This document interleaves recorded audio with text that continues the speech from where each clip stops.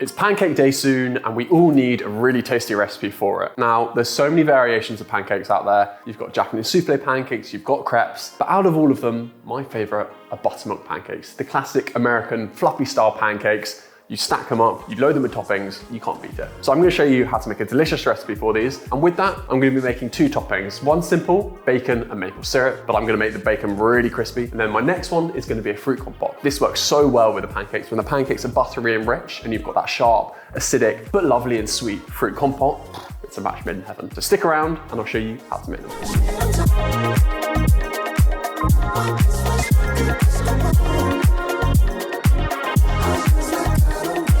The first pancake we're gonna be making is the American buttermilk pancakes. They're so easy to do and always 10 out of 10 in my eyes. First off, we need to get some butter. I've got some unsalted butter here and I'm just gonna put this in the microwave to melt. You can melt this in a pan as well, but I'm just gonna melt it in the microwave. You don't want it to be too hot, so I'm gonna do this first so it can cool down slightly whilst I'm doing the other ingredients. Okay, so whilst that's going, I'm gonna mix all the dry ingredients in one bowl.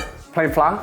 You don't need to use any special flour for this, so just any plain all-purpose flour. I've got my melted butter, so I'm just gonna set that aside to cool. In here, I've got about 650 grams of plain flour, and then I'm gonna add 2 teaspoons of baking powder. This is just to help give it that nice puffiness. Get yourself some plain fine sea salt, just 1 teaspoon of this. Then whisk this all together, just to incorporate them all. In a bigger bowl, we're gonna mix the wet ingredients. I've got 200 milliliters of whole milk. I'm gonna add the sugar in as well, because this will dissolve, and I think it's nicer to dissolve in the liquid rather than in the dry batter. So this is 3.5 tablespoons of caster sugar. I've got 4 eggs, crack these in. Little tip, never crack on the edge of a bowl like this, because you get loads of little micro shards, and that's when you're more likely to get shit on your food. Crack it on a flat surface, and you get an even, large crack. Mix these together.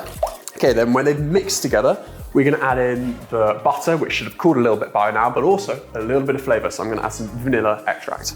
Okay, so just a little, like half a teaspoon of vanilla extract and the cooled melted butter, and keep mixing this and just stream that in. 2 parts are ready, so we're now gonna add the dry ingredients into this. And now we're gonna whisk it until it's smooth, but don't worry if there's some lumps, because if we overmix it, you'll lose all those nice air bubbles and it will be flat and useless. Add in some of the flour. I've mixed in half of the flour and I'm like, why is this so thick? I forgot my key ingredient, the buttermilk. Okay, so here I've got some buttermilk, so we're gonna add this in.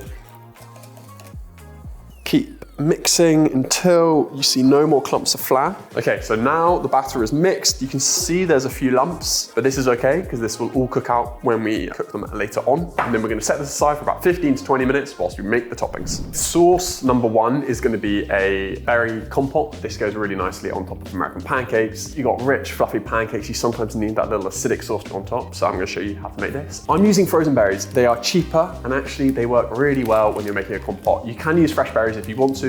If you can get fresh berries and you want to spend a little bit more, then by all means do, but this is cheaper and works equally as well. So I've just got some mixed berries here. We've got strawberries, raspberries, blackberries, and blackcurrants. This is going to be a perfect little, well-rounded, flavorful compote. And I'm going to tip in. I'm going to slice open 1 lemon, squeeze in the juice of half a lemon. We might need more later on, so save the other half. Get some caster sugar, because obviously it will be quite tart. I'm just gonna add in 4 tablespoons of the sugar. We can add more later if we need to. And finally, finish it off with a little pinch of salt. So, whack this on the heat. I'm just gonna mix this slightly. And then as it warms up, all those juices will start to come out and it will become nice, thick and sticky. You can add a splash of water to help this. Stay hydrated, kids. There we go, you can see already, look, all the juice and all the sauce is starting to come out. So as you can see here, it's starting to bubble. We're gonna cover it, turn the heat down a little bit. We're gonna cook this 15 to 20 minutes, maybe even half an hour, until all the fruit has broken down. We can then break it up with a fork a little bit, adjust seasoning to taste, and serve. It's as easy as that. Whilst the compote's cooking, we're gonna get our bacon cooking. And I'm gonna show you how to make it really crispy. So just get yourself any kind of bacon. I've got some Jolly Hog, great taste awards, so you know it's gonna be good. It's better spending a little bit of money on bacon because sometimes the shop bought stuff can be so thin and so watery that it just doesn't really crisp up. So spend a little bit more on a nice pack, £1. If it's pancake day, it's worth it. So the key here is to use a unlined roasting tray or baking tray. I'm just gonna lay them down next to each other. You've got your bacon on your tray, and I'm gonna put this in the oven at 180 degrees Celsius. We're gonna cook it for about 10 minutes. However, keep an eye on it, and as soon as you see it go golden, take it out. Okay, so put it in your oven.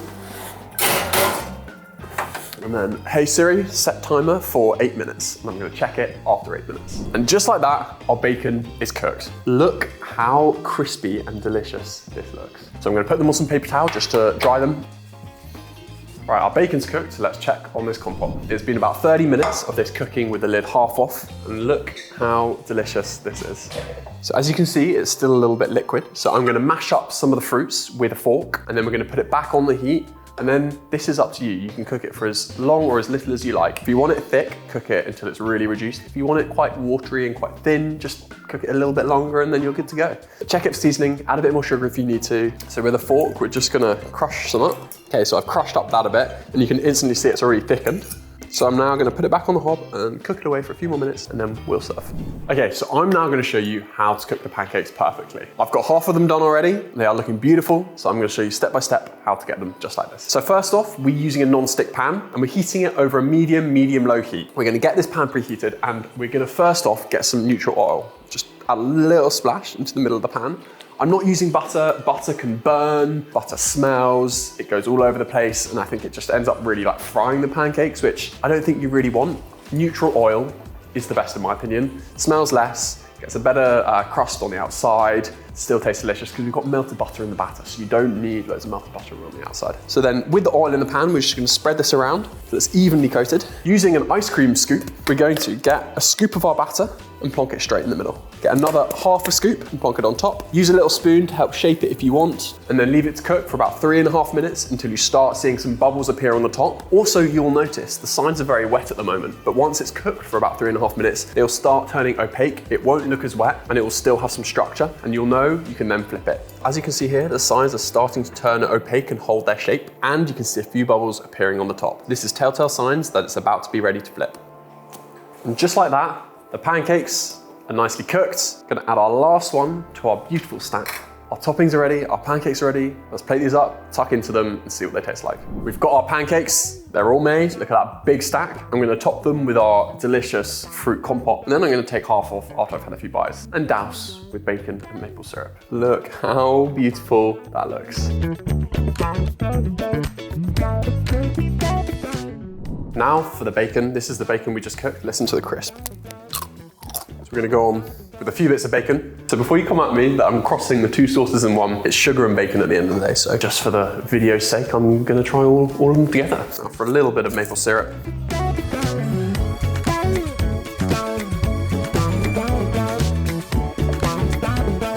Again, another classic combo. This is so delicious. Either would work really well for pancake day. My personal favorite is actually the compote though. If you guys gotta make one, make the compote. Bacon's easy to do, but this is how you get really crispy bacon. I think you guys will enjoy it. Give it a go. Let me know what you think. And until next time, let's do some cooking.